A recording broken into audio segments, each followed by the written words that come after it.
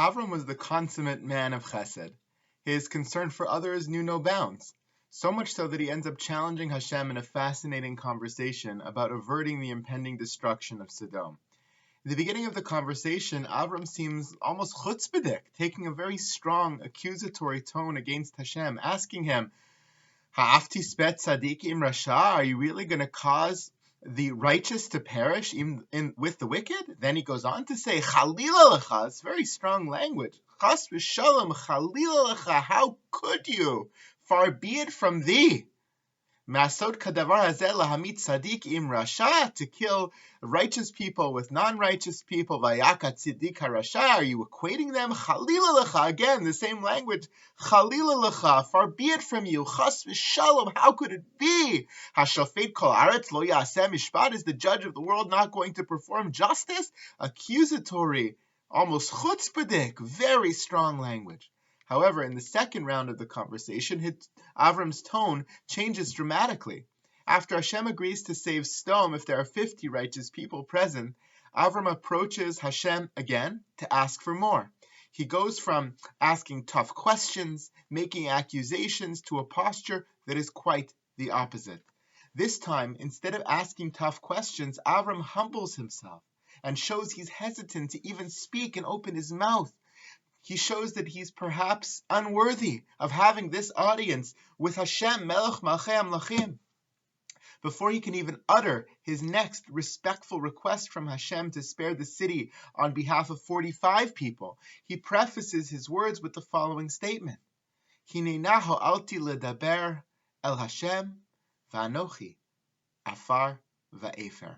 I've taken it upon me to speak to you, but you should know, Hashem, I'm nothing but dust and ashes. Afar va'efer. What a change in posture. Avram goes from declaring to Hashem that what he should or shouldn't be doing with reference to Sodom, to humbling himself so far that he's basically saying that he's undeserving of even speaking to Hashem. He's saying, I'm going to open my mouth, but I'm afraid to open my mouth. I'm not worthy to open my mouth, since I have no merits. I have no reason to have a right to be standing here. I am fully reliant on your chesed. Anochi afar v'efer, but I'm going to open my mouth to you, Hashem, because I know you're kind, because I know you're accepting, because I know you'll listen. One could spend much time just trying to figure out why Avram changed his tone and what each type of approach was about, but today I'd like to focus on the expression of humility that he employs in this second phase of the conversation. Avram refers to himself as afar va'efer, dust and ashes, or dirt and ashes. Both dust and ashes are lowly substances that people tread upon that are insignificant. Avram uses these symbols to depict his humility. Both dust and ashes could serve as ample analogs to his lowly status on their own. So my question is, why did Avram use both symbols in this description of himself before Hashem? One could say that the double expression of afar va'efer was simply used to add emphasis. 2 is better than 1. It would be as if someone would say, I'm feeling as happy as a kid in a candy store, versus saying, I'm feeling as happy as a kid in a candy store and a baseball fan on the day that his team or her team wins the World Series. 2 expressions are more powerful than 1. Or as if someone would say, I'm as sweet as sugar, versus someone who says, I'm as sweet as sugar and honey and whatever else. 2 expressions, 3 expressions, more vivid imagery, more vivid symbolism, or symbolic words can help to make a more powerful case, can help to round out the picture in the eyes of the beholder. Anochi afar va'efer, I'm so humble. I'm not only afar, I'm efer, on and on. Could be just added for emphasis. But the Netziv, Rav Naftali Tzvi Yehuda Berlin, explains with a little bit more nuance that Avram uses both these words not just to add magnitude to his remarks, but in order to convey 2 different reasons why he felt lowly and humble. It's not just 2 of the same expressions, afar, efer, but specifically afar, va'efer, in conjunction with one another, is the vivid and apt description of the humility that he wished to express before HaKadosh Baruch Hu. The Netziv says, Ki afar yesh lo malas toldos, Ki hakol hu min ha'afar. Aval ein lo yachas avo sharei ba mikav tohu ve'avnei vahu shebar HaKadosh Baruch Hu b'tchilas habriya. Afar has an advantage to it. Afar, dirt or dust, has an advantage. Yeshlo malas tolos. It can yield things. It can produce things. It can grow things. Ki hakol min ha'afar. Everything grows from the ground, but ein lo yachas avos. It has no past. It was dirt before. It's dirt now. Insignificant before, insignificant now. But it has potential for growth in the future. Similarly, afer, ashes, hu lehefech, the opposite. Sheyichuso rav me'avosav, shemehem nase afar.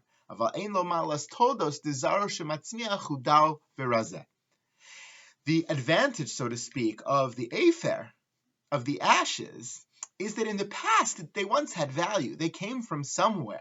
They had a past to them. They existed as a table, as a chair, as a home, whatever the case was. Then they were burned and made to ashes, which now have no significance and no potential for growth in the future, but they came from somewhere. The Netziv says that while both Afar and Afer are relatively worthless, they each have a redeeming quality to them that is of value. Although Afar is lowly in the present and it was insignificant in the past, its redeeming quality is that it has the ability to contribute something to the future, since it is a place in the ground where things can grow. On the other hand, Afer, ashes, is just the opposite.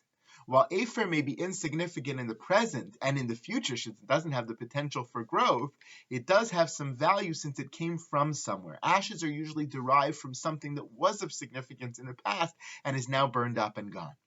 According to the Netziv, when Avram uses this double expression of humility, afar v'efer, he was trying to convey that he is as lowly as the disadvantages of both these substances. He was as lowly as can be without any past value or any future value. Had Avram used only one word or the other, HaKadosh Baruch Hu might have thought that he had some redeeming quality. If he only compared himself to Afar, he would have had the redeeming quality of a future. If he only compared himself to Afer, he would have had the redeeming quality of the past. But what Avram is saying is, Anochi Afar va'efer. I'm so lowly, so humble, I don't have any merits. Not even the merits of Afar, not even the merits of Afer. I have the worst of both. If he would have only compared himself to Afar, one might have said that just like the dust, he knows he's lowly now, but he could amount to something in the future. He has hopes and aspirations. Avram therefore counterbalances that by saying he's also Afer. He has no future, just like the Afer. And vice versa. If he only compared himself to Afer, he would have been saying to Kadosh Baruch Hu, I may not have a future, I may not have a present, but I have a past. I have a noble past. But he doesn't. He says, I'm Afer, but I'm also Afar, which has no past. They cancel each other out. He uses the two expressions to express how lowly he feels, no merits, no redeeming qualities to rely on. He's only coming to HaKadosh Baruch Hu from nowhere, and he's going nowhere, simply relying on the chesed of Hashem. The Netziv does help to explain the pasuk, but I find that even outside of the specific point that he makes about Avram's expression, his analysis of these two words is intriguing. I always assumed from this pasuk that Afar va'efer, the dust and the ashes, were pretty much the lowest things on earth, the symbols of ultimate self-effacement. From the Netziv's enlightening commentary, I realized that in truth, everything on earth has a redeeming quality. Even the dust and even the ashes. The dust alone or the ashes alone would not have been symbols of total effacement, according to the Netziv, because they each have something valuable about them. What an important lesson for all of us to learn. Yes, there are times when total humility, even self-effacement, is necessary or appropriate, perhaps like in this case of Avram's prayer, perhaps sometimes in the case when we present ourselves before HaKadosh Baruch Hu, although not always. But to me, the Netziv's comment highlights that we would be hard-pressed to find anything in this world, animate or inanimate, even dust and ashes, that had absolutely no importance. Perhaps what that shows us is that by and large, humility must be counterbalanced by the ability to find the good within. I would venture to say that some of us struggle to attain proper levels of humility and are consumed by an overinflated ego. But probably many more of us struggle on the other end of the spectrum to find our worth. What the symbols of Afar and Afer show us is that even when you think you're the lowest, there's something positive and redeeming about you to be found. Even if there's nothing redeeming about ourselves that we can see right now in the present, the very fact that we came from somewhere, the very fact that we could be headed somewhere, is itself something that gives us value. Just like the two lowest symbols of dust and ashes. When we feel low, when we have trouble seeing our value or our place in the world, in society, in the community, we should pause to recognize that we are never fully devoid of significance, since every one of us, no matter who we are, came from somewhere or something of value, whether in the recent past, the distant past, somewhere in our past, there was value. And every one of us, no matter how low we may feel or be, have the potential to give rise to something of value in the future, whether in the immediate future or in the long-term future, whether directly or indirectly.